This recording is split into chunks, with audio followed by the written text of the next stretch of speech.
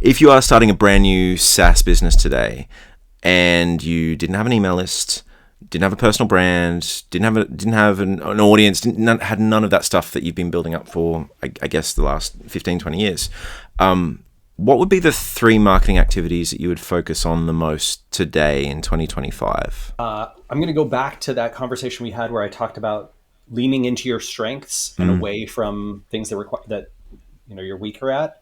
And I would say that I would identify my particular strengths. So in this thought experiment, let's assume that I'm the me of today, but somehow don't have any of the network.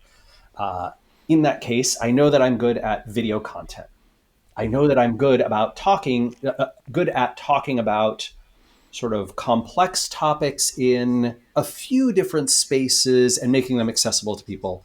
And so what I would do is look for spaces where I could start to iterate and create that content and find, probably starting on mostly YouTube and LinkedIn, but possibly also Reddit, Threads, Blue Sky, Twitter. Twitter is kind of mostly AI bots at this point, maybe Instagram. And I would essentially see which of those things can resonate. YouTube is actually really good about this. You can post videos even with nothing else. But if you're consistent in your posting and YouTube sees that, much like the Steam algorithm, they'll put those videos in front of people on their sidebar, on their home feed.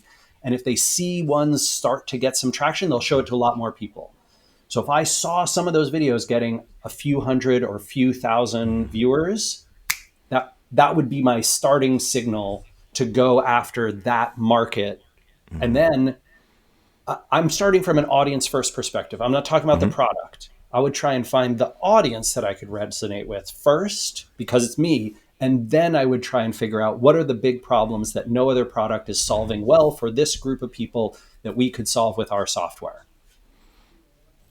I love that approach.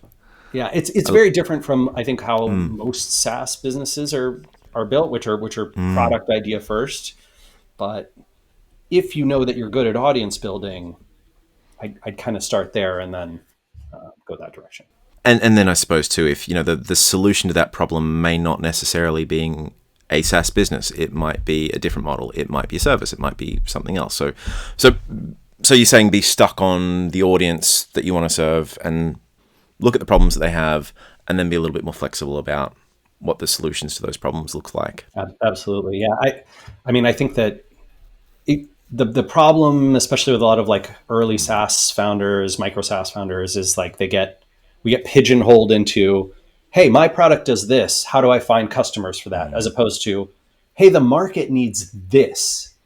And it doesn't have to be a big market. It can be such a small market. That's your huge advantage as an indie SaaS founder, is that you can serve an incredibly tiny market that no one else cares about because venture capitalists ignore it because it's too small for them. Other founders haven't discovered it, but you can find it and serve it.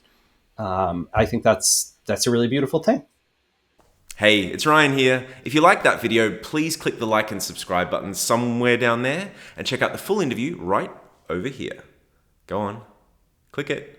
You know you want to.